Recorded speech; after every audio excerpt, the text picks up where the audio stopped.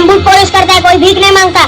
पैसा उठाकर हाथ में दो। दोस्तों के दोस्त आशुतोष का नमस्कार। दोस्तों, बुट पॉलिश करने वाले इस छोटे से बच्चे ने फेंक कर दिए हुए पैसे के लिए जो तेवर दिखाई, इस सीन को देखने के बाद कुछ बताने की जरूरत नहीं कि यह किस फिल्म का अंश है, लेकिन औपचारिकता बस मुझे कहना पड़ेगा। द बॉलीवुड फाइल्स में आपके लिए पेश है फिल्म दीवार, और फिल्म दीवार से जुड़े एक से बढ़कर एक मजेदार किस्से। दोस्तों, 14 जनवरी 1975 को फिल्म दीवार रिलीज हुई। बॉक्स ऑफिस पर इसे ऐतिहासिक सफलता प्राप्त हुई और फिल्म दीवार के तेलुगु, तमिल, मलयालम में रीमेक बने। दीवार एक कल्ट फिल्म साबित हुई और इसके बाद इससे मिलती जुलती कहानियां लंबे समय तक हिंदी फिल्मों में नजर आईं। विदेश के फिल्म मेकर्स ने भी फिल्म दीवार से प्रेरणा ली। डैनी बोले ने भी स्वीकारा कि फिल्म दीवार का प्रभाव उनकी फिल्म स्लम डॉग मिलेनियर पर नजर आता है। फिल्म दीवार को उस साल 7 फिल्म फेयर अवार्ड मिले। बेस्ट फिल्म के लिए निर्माता गुलशन राय को, बेस्ट डायरेक्टर यश चोपड़ा को, best supporting actor Shashi Kapoor को, best story Salim Javed, best screenplay Salim Javed, best dialogue भी सलीम जावेद ने ही प्राप्त किए और बेस्ट साउंड एम.ए. शेख। दोस्तों, अफसोस की बात यह है कि अमिताभ बच्चन को बेस्ट एक्टर का पुरस्कार नहीं मिल सका था उस साल, जबकि वे नॉमिनेटेड थे। अभिनेता संजीव कुमार को मिला था फिल्म आंधी के लिए बेस्ट एक्टर का अवार्ड। तुम आ गए हो, नूर आ गए। दोस्तों, लेखक जोड़ी सलीम जावेद द्वारा लिखित दीवार का स्क्रीन प्ले जबरदस्त है। एक कमर्शियल फिल्म कैसी होनी चाहिए, इसकी मिसाल है फिल्म दीवार। भले ही लेखक जोड़ी सलीम जावेद ने प्रेरणा लेकर लिखी हो, लेकिन उन्होंने बातों को बहुत ही बेहतरीन तरीके से संयोजित किया है फिल्म दीवार की स्क्रिप्ट में। दोस्तों, उस समय के हालातों को दीवार फिल्म के छोटे छोटे दृश्यों में पिरोकर आम आदमी के दिलो दिमाग को झकझोरने का बेहद सफल प्रयास किया गया था। बेरोजगारी, नौकरी में सिफारिश, कानून से उठता विश्वास, युवाओं के अंदर भरा गुस्सा, स्मगलिंग के फैलते पांव इशारों इशारों में व्यक्त किए गए थे। शायद इसी कारण उस दौर के दर्शकों को फिल्म दीवार की कहानी अपनी कहानी लगी। आम आदमी के साथ हुए अन्यायों के लिए जब पर्दे पर विजय यानी अमिताभ बच्चन लड़ते हैं तो दर्शक बेहद रोमांचित हो जाते हैं। आम आदमी को लगता था कि पर्दे पर अमिताभ नहीं, वो खुद लड़ रहा है। दर्शकों के अंदर ये तरंग अमिताभ बच्चन ने पहली बार अपनी सुपर डुपर हिट फिल्म जंजीर में पैदा की थी। उसके 2 साल बाद फिल्म दीवार ने उन्हीं तरंगों में तूफान लाकर अभिनेता अमिताभ बच्चन को एंग्री यंग मैन बना दिया, जिससे वे आज तक बिना थके, बिना रुके, बिना मुड़े लगातार दौड़ रहे हैं। जी हां दोस्तों, अमिताभ बच्चन ने अपने पिता स्वर्गीय हरिवंश राय बच्चन की कविता को आत्मसात कर लिया है। तू न थकेगा कभी, तू न रुकेगा कभी, तू न मुड़ेगा कभी, कर शपथ, कर शपथ, कर शपथ, अग्निपथ, अग्निपथ, अग्निपथ। मेरे दोस्तों, फिलहाल विषय अमिताभ बच्चन नहीं बल्कि उनकी आइकॉनिक फिल्म दीवार है। खासियत यह है कि अच्छाई और बुराई के बीच झूलती फिल्म दीवार दर्शकों को सोचने पर बार बार मजबूर करती है कि वे किसके पक्ष में खड़े रहें। भले ही फिल्म में विजय यानी अमिताभ बच्चन के विचार उन्हें पसंद नहीं आए, लेकिन विजय उन्हें पसंद आता है। दीवार का विजय ऐसा हीरो है जो हार कर भी दिल जीत लेता है। दोस्तों, निर्देशक यश चोपड़ा को रोमांटिक फिल्मों के लिए जाना जाता है, लेकिन दीवार उनका करियर की एक बेहतरीन फिल्म है जिसमें रोमांस नहीं के बराबर है। इस फिल्म में एक्शन तो है, लेकिन एक्शन के साथ जो टेंशन है वो फिल्म को देखने लायक बनाता है। दोस्तों, निर्देशक यश चोपड़ा ने फिल्म दीवार में न केवल अपने कलाकारों से बेहतरीन काम लिया है, बल्कि फिल्म के दृश्यों की जमावट बहुत ही उम्दा तरीके से की है। दर्शक टकटकी लगाए देखते रहते हैं, उनके पास पलक झपकाने की भी मोहलत नहीं होती। अमिताभ बच्चन के बेहतरीन अभिनय से सजी कई फिल्में हैं, लेकिन दीवार को उनका सर्वश्रेष्ठ काम माना जा सकता है। एंग्री यंग मैन की छवि को उन्होंने इस फिल्म के जरिए आगे बढ़ाया और सही मायनों में दीवार ने उन्हें सुपरस्टार बनाया। और ये लीजिए, सोना ये देकर मिलेगा। फिल्म दीवार का चरित्र विजय के अंदर धधकती आग को अमिताभ बच्चन ने अपने अभिनय से व्यक्त किया है। फिल्म देखते समय आप उस आंच को महसूस करते हैं। कई बार तो यह तपिश आपको बेचैन कर देती है। वे एक जलता हुआ अंगारा लगते हैं। उनका अभिनय इतना विश्वसनीय है कि इकहरा बदन होने के बावजूद वे दर्जन भर लोगों की पिटाई कर देते हैं, फिर भी उस पर आपको यकीन हो जाता है। दोस्तों, फिल्म दीवार में अमिताभ बच्चन के अलावा शशि कपूर, निरूपा राय, परवीन बॉबी, नीतू सिंह, सत्यन कपूर, मनमोहन कृष्ण, मदन पुरी, इफ्तिखार जैसे दमदार कलाकार हैं जो अपनी सशक्त छाप छोड़ते हैं। बावजूद इसके कहा जा सकता है कि फिल्म दीवार अमिताभ बच्चन की फिल्म है। क्या? दोस्तों, इस तरह की फिल्मों में गीत संगीत की गुंजाइश नहीं होती, लेकिन उन दिनों गाने फिल्मों की अनिवार्य शर्त हुआ करते थे। राहुल देव बर्मन ने एक्शन से भरपूर इस फिल्म के लिए कह दूं तुम्हें या चुप रहूं, दिल में मेरे आज क्या है तो बोलो, और मैंने तुझे मांगा तुझे पाया है जैसे दो मधुर गीत बनाए, अन्य गीत ज्यादा लोकप्रिय नहीं हुए। मैंने तुझे मांगा तुझे पाया है, तूने मुझे। दोस्तों, फिल्म दीवार के संवाद सुनने लायक हैं। तुम्हारे पास? मेरे पास माँ है। डावर साहब, आज भी मैं फेंके हुए पैसे नहीं उठाता।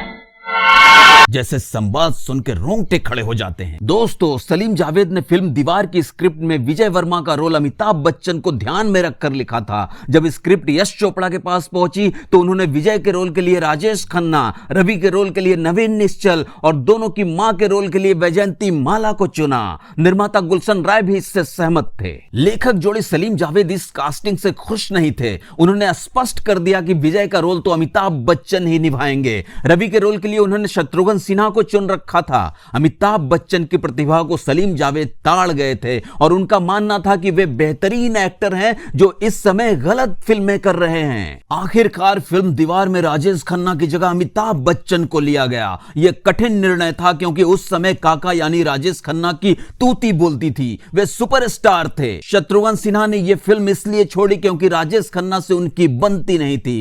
काका के अलग होने के पहले ही वे फिल्म से अलग हो गए थे। राजेश खन्ना के फिल्म से अलग होते ही वैजयंती माला और नवीन निश्चल ने भी फिल्म छोड़ दी और इस तरह से अमिताभ बच्चन, शशि कपूर और निरूपा राय की फिल्म में एंट्री हुई। दोस्तों, बॉलीवुड में हर फिल्म की कास्टिंग को लेकर निर्माता निर्देशक को पहले अनेकों बार ऐसी ही खिचड़ी पकानी पड़ती है, तब कहीं जाकर फिल्म कंप्लीट हो पाती है और फिर उसके बाद दर्शकों तक पहुंचती है। इस प्रक्रिया में कोई अभिनेता अपने अभिनय से फिल्म के चरित्र को इतना जीवंत बना देता है कि थिएटर में दर्शक वाह वाह कर उठते हैं। और दोस्तों, आपको मालूम होना चाहिए ऐसा चमत्कार जब भी घटित हुआ है, अभिनेता जीते जी अमर बन गया है। दोस्तों, ऐसे चमत्कार अभिनेता अमिताभ बच्चन ने अनेकों बार किए हैं, मगर हम अभी अमिताभ की नहीं बल्कि उनकी फिल्म दीवार की बात करेंगे। दोस्तों, आप वीडियो में हमारे साथ बने रहें, मैं आपको जरूर बताऊंगा कि अमिताभ वो सीन करने से क्यों डर रहे थे। दीवार फिल्म लिखने की प्रेरणा सलीम जावेद ने दिलीप कुमार की फिल्म गंगा जमुना से ली थी, जिसमें दो भाई कानून के दो विपरीत साइड पर खड़े होते हैं।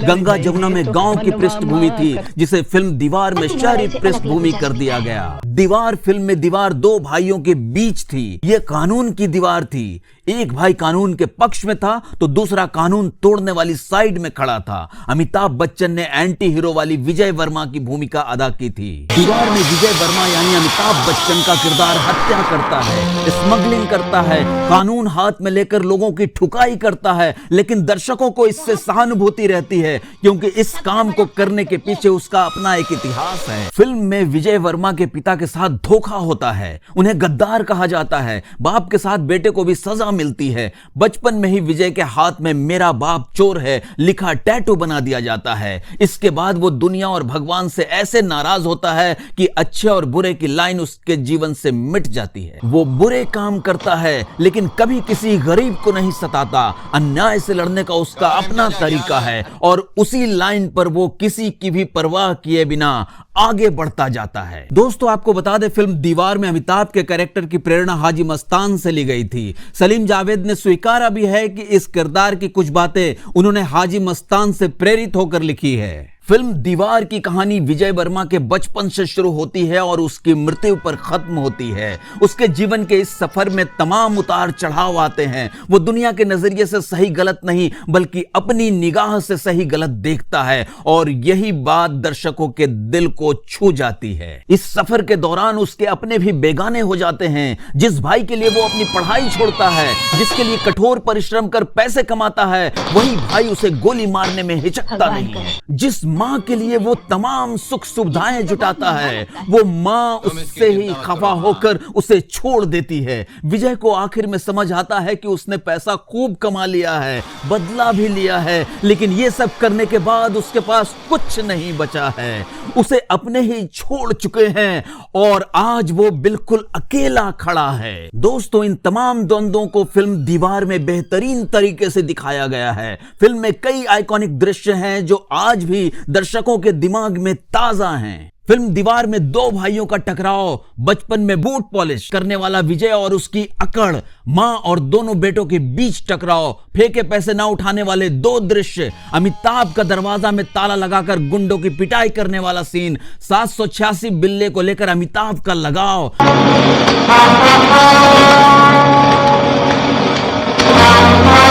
क्लाइमेक्स में मंदिर में भगवान से अमिताभ का वार्तालाप, इस तरह के कई दृश्य हैं जो एक के बाद एक आते रहते हैं फिल्म दीवार में। दोस्तों आपको बता दें, इस फिल्म में अमिताभ बच्चन के छोटे भाई का किरदार निभाने वाले शशि कपूर असल में उनसे 4 साल बड़े थे।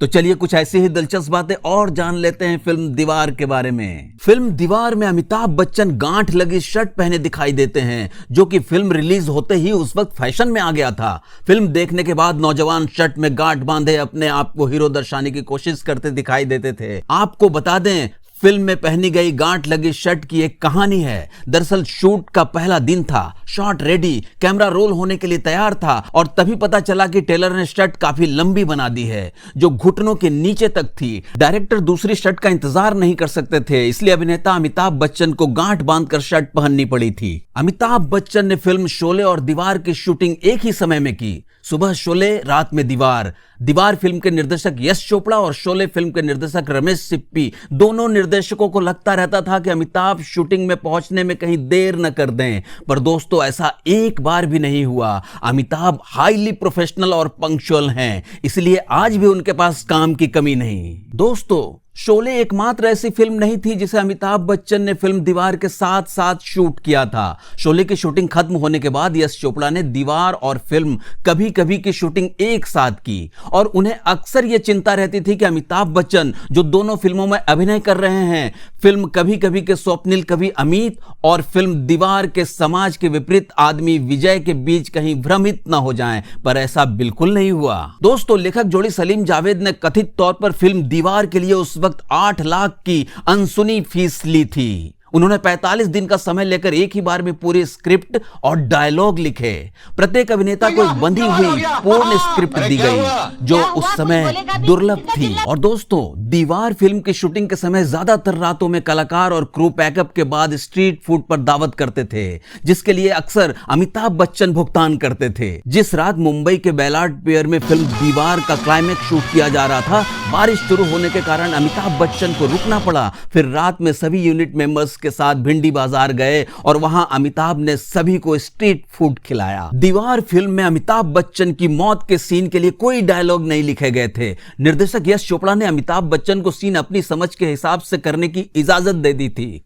फिर अमिताभ ने उस सीन को कैसे जीवंत बना दिया, यह तो सभी को पता है। दोस्तों आपको बता दें, दीवार फिल्म के निर्माता गुलशन राय ने शूटिंग से पहले दीवार की स्क्रिप्ट 2 बार पढ़ी और दोनों बार रोए। लेखक जोड़ी सलीम जावेद और निर्देशक यश चोपड़ा ने दीवार को बिना गाने के बनाने की योजना बनाई थी। उन्हें निर्माता गुलशन राय से हार माननी पड़ी, जिन्होंने गाने रखने पर जोर दिया और आर.डी. बर्मन को साउंड ट्रैक तैयार करने के लिए चुना। और फिर हिट गाना बना कह दूं तुम्हें या चुप रहूं। कह दूं तुम्हें या चुप रहूं, दिल में लेखक जोड़ी सलीम जावेद ने फिल्म दीवार का शीर्षक बदलने से साफ इनकार कर दिया था। यूनिट के कुछ लोगों को फिल्म का नाम दीवार पसंद नहीं आ रहा था उस वक्त। सलीम जावेद द्वारा लिखित दीवार फिल्म की पटकथा जिन फिल्मों से प्रभावित मानी जाती हैं, उनमें इटालियन डायरेक्टर सर्जियो लियोन की फिल्म स्पैगेटी वेस्टर्न, 1957 की मदर इंडिया और 1961 की दिलीप कुमार स्टारर फिल्म गंगा जमुना शामिल हैं। दोस्तों फिल्म दीवार में जब वो दृश्य शूट किया गया जिसमें विजय एक मंदिर में शिव की मूर्ति से बात करते हुए कहता है कि आज खुश तो बहुत होगे तुम, आज खुश तो बहुत होगे तुम। अभिनेता अमिताभ बच्चन ने जोर देकर कहा था कि निर्देशक यश चोपड़ा के अलावा वहां कोई भी मौजूद न हो शूटिंग के वक्त। इसे रात में शूट किया गया था। दोस्तों सदी के महानायक अमिताभ बच्चन ने अपने अनुभव शेयर करते हुए एक बार कहा था कि कई बार कुछ ऐसे सीन्स होते हैं जिन्हें करना काफी मुश्किल होता है एक अभिनेता के लिए। उस सीन को क्रैक करने के लिए कुछ समय चाहिए होता है। अपनी बात को आगे बढ़ाते हुए अमिताभ बच्चन ने कहा था, मेरी फिल्म दीवार में एक सीन था जिसमें मेरा कैरेक्टर विजय पहली बार मंदिर जाकर अपनी मां के लिए प्रार्थना करता है। मेरे लिए वो बहुत मुश्किल सीन था। मैं काफी सुबह मेकअप करके अपने लुक के साथ रेडी हो गया था। यश चोपड़ा जी फिल्म के डायरेक्टर सेट पर आए और उन्होंने कहा, चलो भाई शॉट रेडी है। यकीन मानिए मैं अपने रूम से बाहर नहीं आ पा रहा था। मैं सुबह 7 बजे से रात के 10 बजे तक अपने कमरे में ही बैठा रहा। मैं रूम से बाहर निकला ही नहीं। मुझे समझ नहीं आ रहा था कि यह सीन कैसे करें। यह एक ऐसा कैरेक्टर था जो भगवान में यकीन नहीं रखता था, लेकिन उसे अपनी मां की जिंदगी के लिए प्रार्थना करनी थी, जो मुझे समझ नहीं आ रहा था कि कैमरा के सामने क्या कहना है और कैसे एक्टिंग करनी है। लेकिन मैं राइटर को सैल्यूट करना चाहता हूं जिन्होंने वो स्क्रिप्ट लिखी। उनकी पहली लाइन थी, आज खुश तो बहुत हो गए तुम। अंत में अमिताभ बच्चन ने कहा था कि मैं भगवान को चुनौती देने के विचार से बहुत डरा हुआ था। दोस्तों, दीवार फिल्म के इस आइकॉनिक सीन का सही सुर पकड़ने के लिए अमिताभ बच्चन जैसे अभिनेता को 15 घंटों तक कमरे में बंद होकर खुद से संघर्ष करना पड़ा था। दोस्तों, वीडियो में अंत तक साथ रहने के लिए बहुत धन्यवाद। चैनल को सब्सक्राइब करना और बेल आइकन को प्रेस करना बिल्कुल ना भूलें, वरना आने वाले हमारे बेहतरीन वीडियो से आप वंचित रह जाएंगे। आपका मंगल हो, कल्याण हो, शुभ हो। अरे भाई